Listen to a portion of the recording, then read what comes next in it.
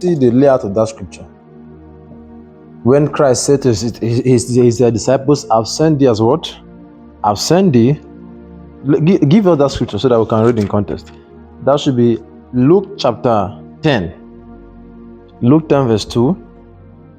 Reading down from verse 2, he said, and therefore he said unto them, the harvest is truly great, but the laborers are few. Pray ye therefore that the Lord of the harvest, that he would send forth laborers into his harvest. Verse 3 is my verse of emphasis. Go your ways.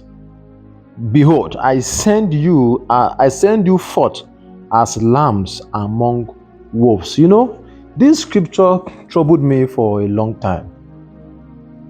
You know what it means when you send lambs among wolves. That is, it's like saying, okay, we brought meal for you, oh wolf. Because lamb is no match for wolves. You know what lambs are? Lambs are no match for wolves in its real natural sense, in the physical sense.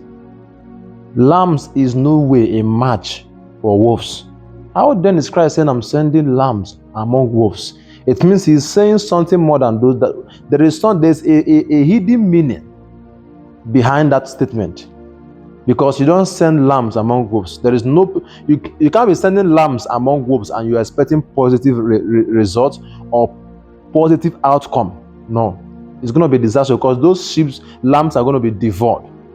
The wolf is carnivorous, is destructive, it is thirsty for blood. So sending lambs among wolves on a missionary journey is killing them, handing them over to be slaughtered. But you know what? If you see this scripture, when it says I send you as what? As lambs among wolves. You remember a time in the book of Acts where Christ would say to his disciples, tarry until you what? Until you are endued.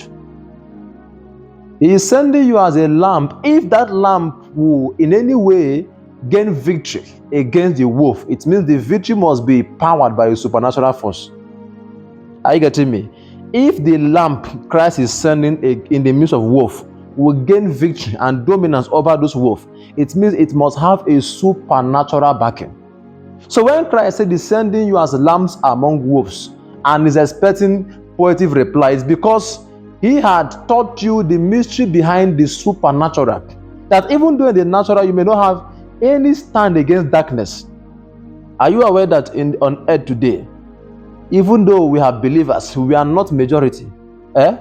Those who are against Christ are more than those who are for Christ in our current day world.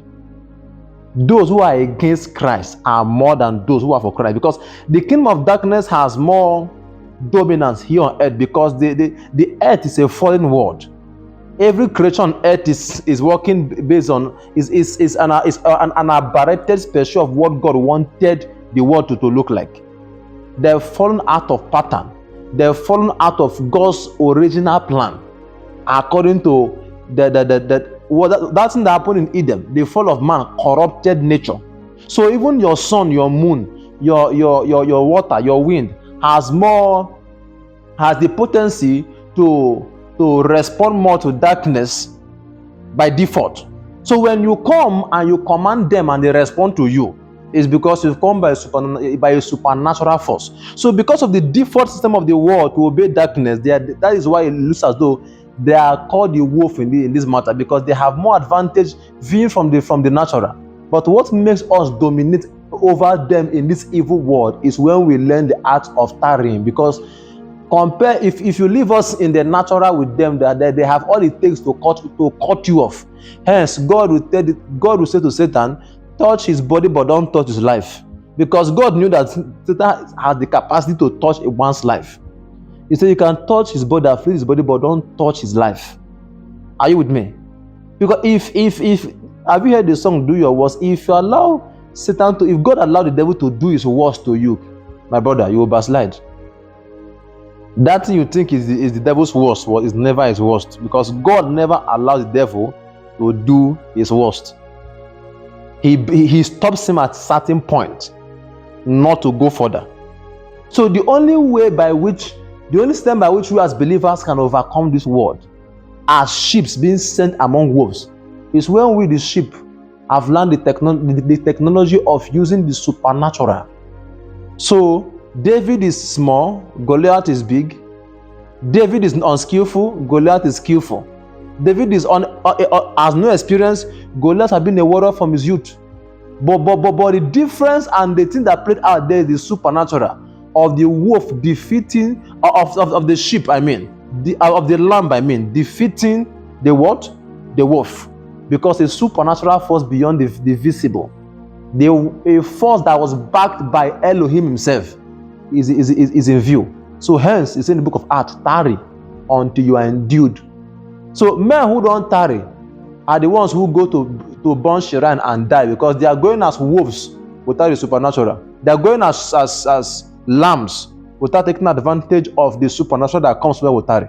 So, dear brother, dear evangelist, dear fiery Christian, dear fiery brother, before you go out to the world where you meet wolves as a lamb, please make sure you remain.